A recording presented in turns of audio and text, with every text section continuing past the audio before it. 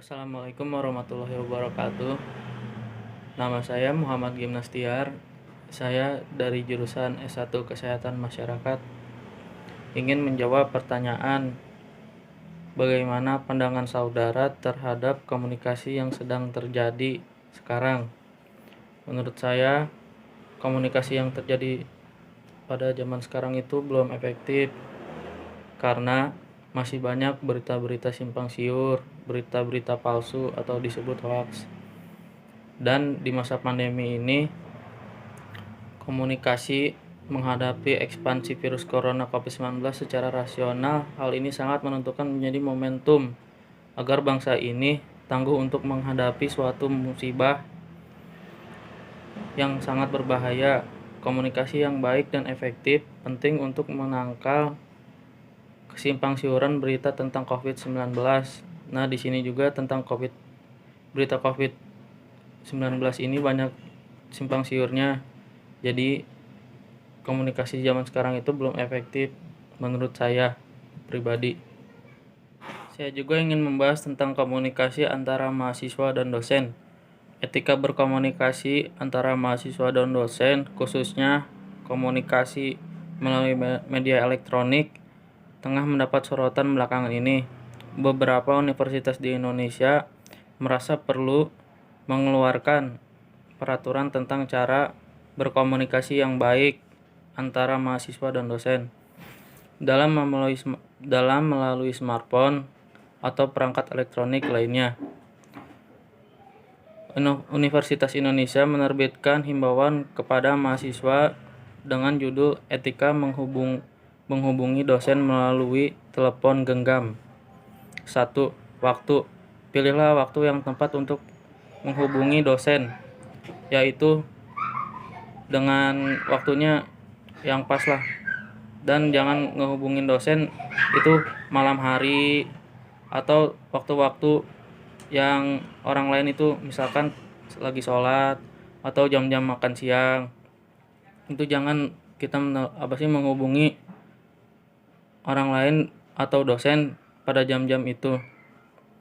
Yang kedua, ucapkan salam. Contoh, selamat pagi Bapak Ibu atau Assalamualaikum untuk umat yang beragama Islam apabila kedua belah pihak sangat-sangat muslim. Ucapkan maaf, ditunjukkan untuk sopan santun. Yang keempat, sebutkan identitas. Contoh, nama saya Muhammad Gimnastiar, saya dari jurusan Kesehatan Masyarakat.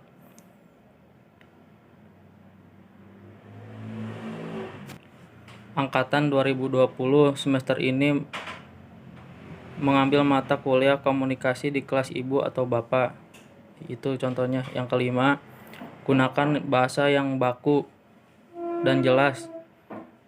Hindari menggunakan kata-kata yang kasar atau yang tidak sopan, karena sopan santun itu sangat perlu apalagi untuk kita berkomunikasi kepada orang yang lebih tua. Tulis pesan dengan jelas. Contohnya, saya memerlukan tanda tangan Bapak Ibu dan kapan saya bisa menemui Bapak. Itu. Yang ketujuh, ucapkan terima kasih. Akhiri pesan dengan kalimat terima kasih atau wassalam. Sekarang saya ingin membahas komunikasi antara teman seumuran atau teman sejawat. Yang pertama, berkata jujur dan bersikap ikhlas. Perkataan jujur dalam komunikasi dengan teman sebaya penting untuk diterapkan karena dapat meningkatkan kepercayaan dalam persahabatan. Ikhlas menerima teman sebaya apa adanya, tanpa syarat atau apapun yang diharapkan. Contohnya seperti imbalan atas kebaikan yang diberikan pada teman sebaya. Mengantarkan individu pada hubungan yang lebih harmonis. Yang kedua, berpikir positif terhadap teman. Berpikir positif yang dimaksud tidak buruk sangka terhadap teman sebaya. Harus positive thinking intinya. Yang ketiga, menasihati satu sama lain. Artinya dalam hubungan teman sebaya penting saling menasihati dan mengingatkan satu sama lain dalam hal kebaikan, sehingga mengajak teman kita untuk senantiasa berbuat baik kepada sesama manusia. Mengucapkan salam jika bertemu dengan teman sebaya.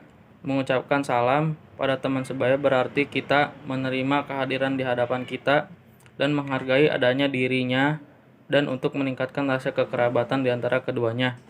Yang kelima, tidak mengumpat atau berbicara tentang hal buruk mengenai teman sebaya. Individu tidak diperbolehkan untuk membicarakan hal-hal buruk dari teman sebaya, apalagi jika sampai berbicara sesuatu yang tidak benar mengenai temannya atau menceritakan rahasia temannya sebayanya ke orang lain. Yang keenam, menghormati sudut pandang teman sebaya artinya menghargai cara pandang temannya terhadap suatu persoalan yang mungkin berbeda dengan pendapat kita. Yang ketiga, saya ingin membahas komunikasi antara orang yang lebih muda dari kita. Yang pertama, tersenyum ketika orang lain sedang bercerita di mana cerita tersebut mengharuskan Anda untuk menanggapi, maka tersenyumlah. Itu tandanya kita menghargai. Entah Anda menanggapi negatif atau positif, cukup berikan senyum maka mereka pun akan melanjutkan ceritanya ke sesi berikutnya. Yang kedua, fokus dan konsen. Ini mungkin terdengar mudah tetapi nyatanya banyak orang yang mengeluh dan berlaku ketika dia kehabisan bahan cerita atau terhambat karena sikap si lawan bicara.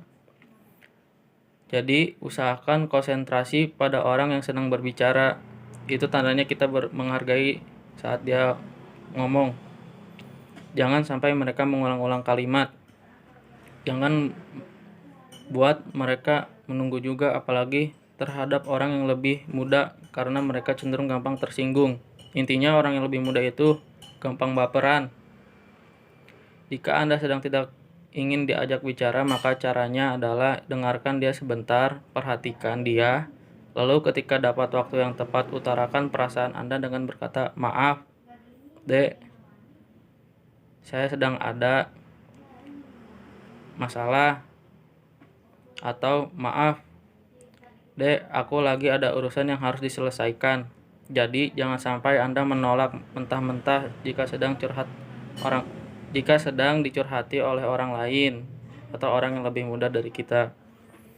Nada bicara yang sewajarnya. Yang ketiga, jangan menggunakan nada tinggi pada orang yang lebih muda karena mereka akan menganggap kita menantang mereka. Atau bukan menantang sih, maksudnya ibaratnya kita itu marah-marah sama dia, padahal maksudnya bukan kayak gitu. Jangan miringkan kepala atau alis naik sebelah, apalagi jika Anda adalah pria. Berbeda pula ketika berbicara dengan wanita, gunakan bicara yang halus. Jadi kita ngomong sama orang yang lebih muda itu harus halus juga. Bukannya nggak boleh marah, tapi harus bisa nyari sikonnya yang pas lah, menyesuaikan intinya. Yang keempat, tatap matanya. Menatap mata seseorang merupakan sesuatu yang penting, tetapi bisa juga berbahaya jika berlebihan. Untuk itu, jika berhadapan dengan orang yang lebih muda, jangan terlalu sering menatap matanya karena mereka akan menganggap Anda menantang mereka. Atau berani jangan mengalihkan apalagi memotong pembicaraan pandangan, kecuali pada kondisi tertentu. Jika pada orang yang lebih muda, jangan Anda meremehkan dia, jangan memandang dengan tatapan dingin atau tatapan tidak butuh. Artinya kita ibaratnya nggak ngehargain itu orang, jadinya jangan melakukan seperti itu. Saja yang bisa saya sampaikan. Assalamualaikum warahmatullahi wabarakatuh.